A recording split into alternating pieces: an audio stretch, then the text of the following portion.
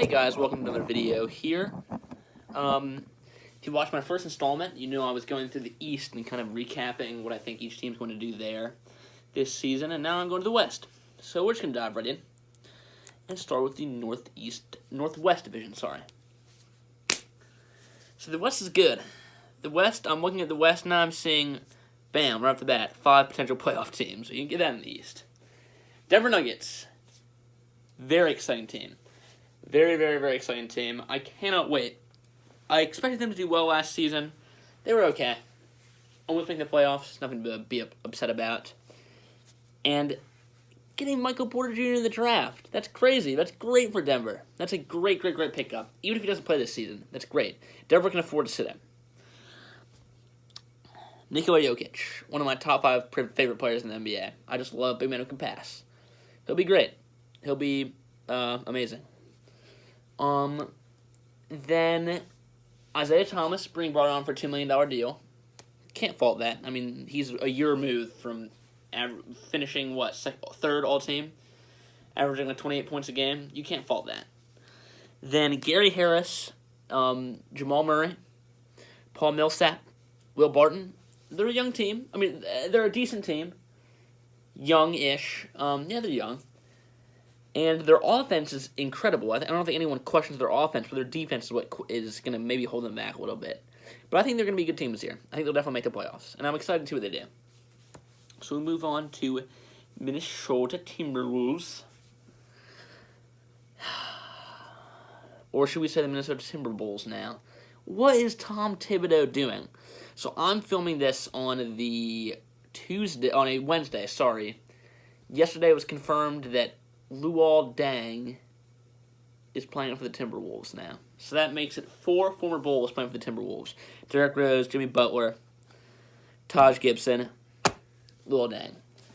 Luol Deng's not a bad player, but you have to wonder, is Tom Thibodeau, he's taken a roster, it was a young Minnesota roster, dealt away Zach LaVine, dealt away Chris Dunn, brought in Jimmy Butler, brought in Taj Gibson, brought in Derrick Rose, brought in Anthony Tolliver.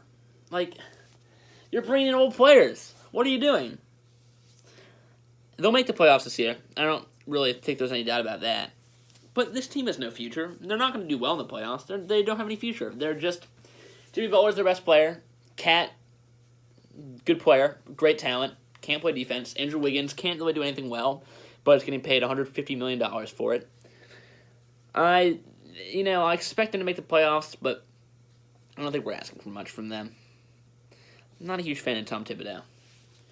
Oklahoma City Thunder. What a disappointing year last year. But good news. My beloved Carmelo Anthony, 2003 Syracuse basketball savior, has gone to the Rockets. And that's a good thing for OKC because he was really only bringing them down. He really was. Russell Westbrook and Paul George are going to kind of create this chemistry, and Dennis Schroeder coming in, maybe forcing Russell Westbrook, Billy Donovan hopefully forcing Russell Westbrook to play some off-ball. And with Russell Westbrook's athleticism, he'd be amazing off-ball. Now, he needs the ball in his hands sometimes because he's a devastating scorer, but Dennis Schroeder's the best backup point guard in the NBA now. I like OKC. I think they're going to be a top 3 team this year. Nerlens Noel, good contract, good. He has another point to prove. He'll play well. Steven Adams, good. Andre Roberson, back from injury. He's a great addition. Almost seems like an addition for the amount of time he's been injured, but that's a great plus for the OKC Thunder. I just think they're going to be better than last year. They're not going to implode and be as bad. I'm looking forward to seeing them. So that brings us to the Portland Trailblazers. Swept 4-0 by Anthony Davis and the Pelicans at the 3 seed. Hot take. Portland's not making the playoffs this year. Ed Davis, underrated player. They got rid of him. He was apparently a very, very big locker room presence for them. We don't know how Damian Lillard or CJ McCollum will take it. They signed Anthony Simons and Gary Trent Jr. in the draft. That adds what? That's now like 6 guards for the Trailblazers when they needed front court depth. That was what they needed. And then went out and signed 0 front court players. I don't know. It's just kind of baffling to me. I don't think they'll be very good this year. I think they could have made it and they were in the East, but they won't. They won't make it in the West. And Damian Lillard and CJ McCollum, we'll see if they even stay together for one more season. We'll have to see. He's trying, Lisa. CJ McCollum, he's trying. Utah Jazz. Okay, so I like the Utah Jazz, and I think it's fun to root for the Jazz. They're a small team. They've never really been like John Stockton, Karl Malone, back then, they were a great team, consistent finals team, but they're not really a big, they're a small market team. I'm not buying the hype around them this year. I think, yes, they may be the best defensive team in the NBA. There's no denying that. But I have serious questions about their offense. Donovan Mitchell, amazing player. He'll average 20-plus points a game. Who's next? Rudy Gobert? No, I don't think so. Grayson Allen? Ricky Rubio? I don't think you want Ricky Rubio as your next best scorer, which I think he was last season. Derek Favors? Utah's a good team, and I think they will be a top 5 team in the playoffs. But I've been seeing a lot of news sources saying that the Jazz are going to finish top 3, maybe even challenge the Rockets for the 2nd seed. I just don't see it. They have some good players. They have a great squad. They're a great team. They could be a top 3 team if they're in the East, but they're not. I just don't see the Jazz being all that. If you have to rely on a sophomore as your biggest scorer with almost no scoring help, you're in trouble. But they'll stay in the playoffs. They'll stay in the conversation. And they'll stay as maybe a dark horse title threat because of their defense. And their defense will always keep them there. So I'm interested to see how they do this season. And I'm rooting for them, but I don't know. Moving on to the Pacific Division. The Golden State Warriors. Is there anything we have to say about the Golden State Warriors? First off, I'm going to say right now, they're winning the championship this year. I don't think anyone would really be too baffled to hear that. They're too good, and they've added DeMarcus Cousins. Okay, say what you want about DeMarcus Cousins. He won't play until after the All-Star break. He might not work with the chemistry, but he's freaking DeMarcus Cousins. He's a top 10 player when healthy. They have a starting lineup potentially of all 5 All-Star players, and you know what? If the perimeter, if the shooting of KD, Steph, Clay isn't working out, just give DeMarcus Cousins the ball, attack from a new avenue. You have so many avenues of attack now for the Golden State Warriors. No question, they're winning it. They signed Jacob Evans. They can't do anything wrong. Good signing at 29. Gosh. They can't do anything wrong. They really can't. I'm going to go on. They're winning the championship this year. Los Angeles Clippers. What are you doing, Clippers? You guys talked so much about how you wanted Michael Porter Jr. in the draft, and then you had 2 chances to pick him, and you didn't do it both times. You picked Shai Gilgeous-Alexander, which I have no problem with. I think he's a great player. But then you picked Jerome or Robinson? Really? That's to add to the other 5 or 6 guards you already had. Dealt Austin Rivers, but you still have what? Beverly, Teodosic, Juwan Evans, Lou Williams. Gosh, who else is on this team? Sindarius Thornwell. That's a lot of players. You guys have 2 former Wizards, Mike Scott and Marcin Gortat. And some, Avery Bradley, good player. Montrezl Harrell, good player. Lou Williams, if he has another that caliber season, it's hard to be an all-star out in the West, but if he has another great season like that, maybe. You never know. He could be pushing it. Tobias Harris, Boban Marjanovic. But they're not doing it very well. They're going to be a mediocre team. They're going to make the Hornets, but they're not going to make the playoffs because they're not playing the West. In the East, that is. So that's what I think for the Clippers. The Lakers. If you have LeBron, you're always going to be in the playoffs. There's no question about that. I think I'll be mainstream here and say that I'm very puzzled by all their signings. Yes, it is typically the best thing to do with LeBron is surround him with shooters. So he's had all his career, veteran shooters. But now he has young, potentially great stars in the future, and kind of what you would say washed out and memey playmakers. Lance Stevenson, JaVale McGee, Michael Beasley, Rajon Rondo. I'll be interested to see what turns out. I think they'll be a top 5, 6 team Because when you have LeBron, I mean, it's really no question about it. You're always going to be a top team. But I just have questions about LA, and I'm excited to see their will. Because Brandon Ingram, Lonzo Ball, where they got Moritz Wagner, Svi Mikhailiuk, they have good players. They have a lot of good young talent, and I'm excited to see where they go. But I don't know. We'll have to see. I like LeBron.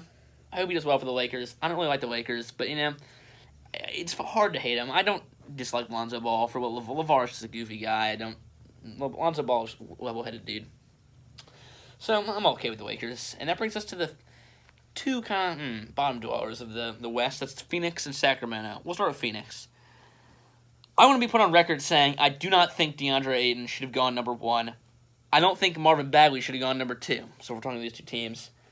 I think Luka Doncic, I'm a full Luka Doncic through and through. He should be number 1 pick. He's proven. He's 18. But, we're 19 now. But picking a center when the league is going small, it just seems, there were like 6 centers picked in the top 10. I think they're going to regret that. All the teams did that in the next couple of years. Unless Deandre Ayton he's not a perimeter shooter. He can't really shoot very well from the 3. So, I don't know. The Suns are a very interesting team this year. They don't have a point guard, unless they're going to let Devin Booker shoulder the responsibilities, but he's going to be out for, 6 weeks now after his knee surgery? Or his hand surgery. He got surgery in his hands. You have Mikal Bridges, who, I think he's going to be a good player. He's a good play-now player. You have Elliot Kobo. Could be good. You have a young team here. You have a young team, and I'll be interested to see how they play. I don't think they'll be great.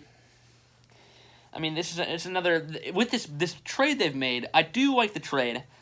I think DeAnthony Melton is the better player out of this whole trade with Marquez Chris, Brandon Knight. Although I'm kind of high on Brandon Knight. I kind of wish they kept him, but we'll see. He might play well in Houston.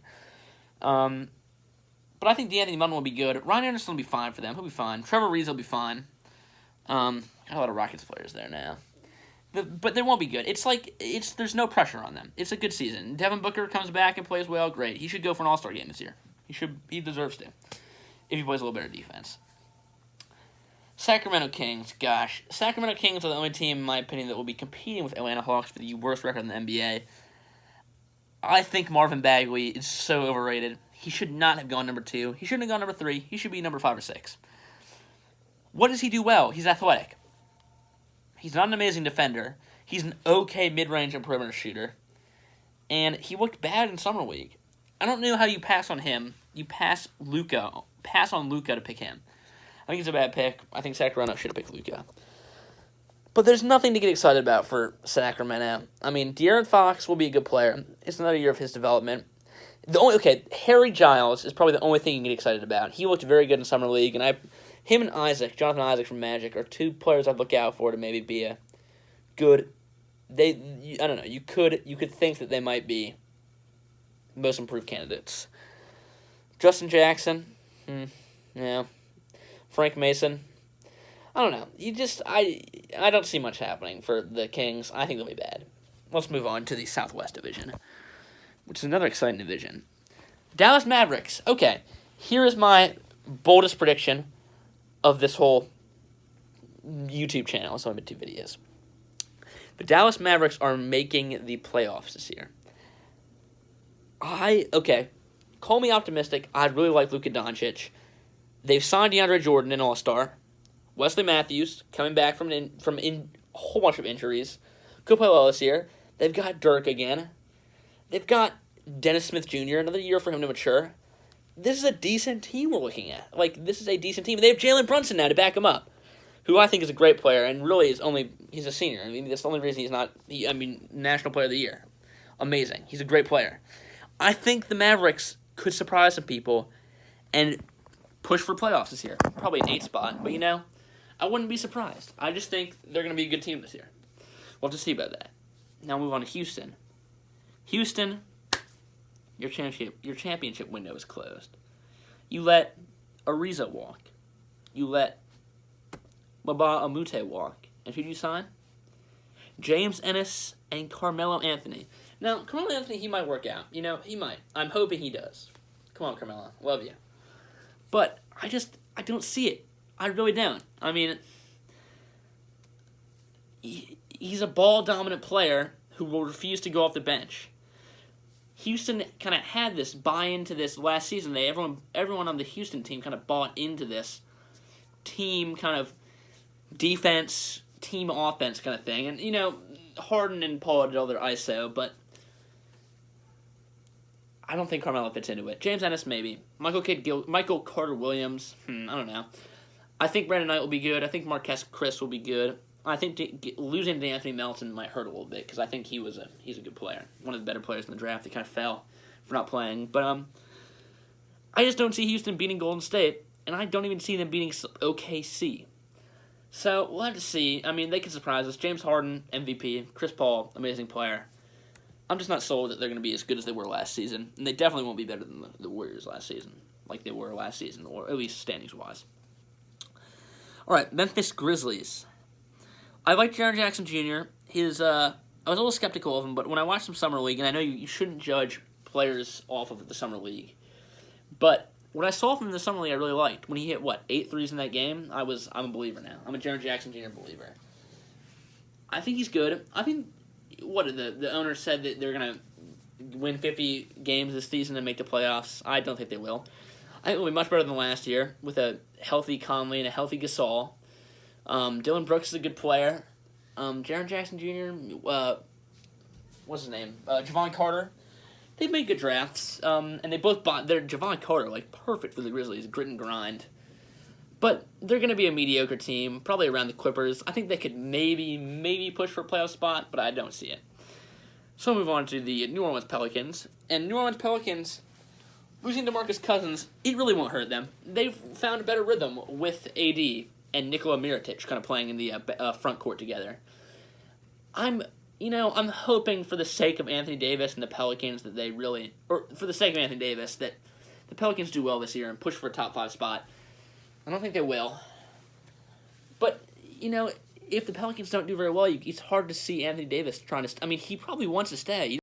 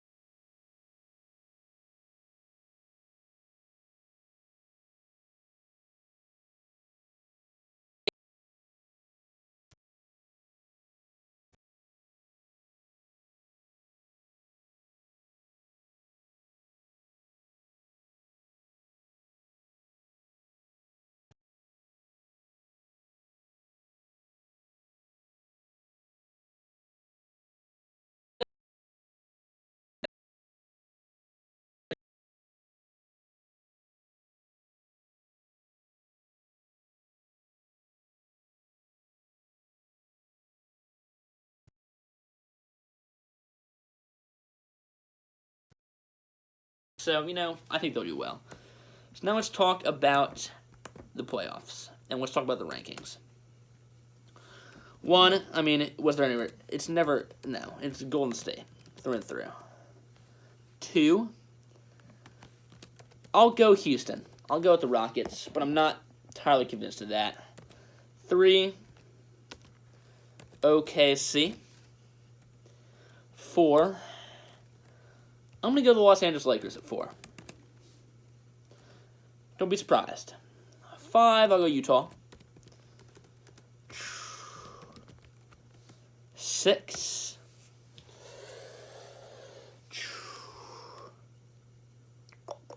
Denver Nuggets. I like Denver. I think they'll do well. 7, I'm going to go ahead and say this is the Spurs spot. And 8 will give it to the Pelicans. You're noticing that the Mavericks, who I thought might make a playoff this season, I don't have them here. The West is just so stacked. Golden State beats Pelicans. Houston beats Spurs. OKC beats Denver. LA beats Utah. Golden State beats LA.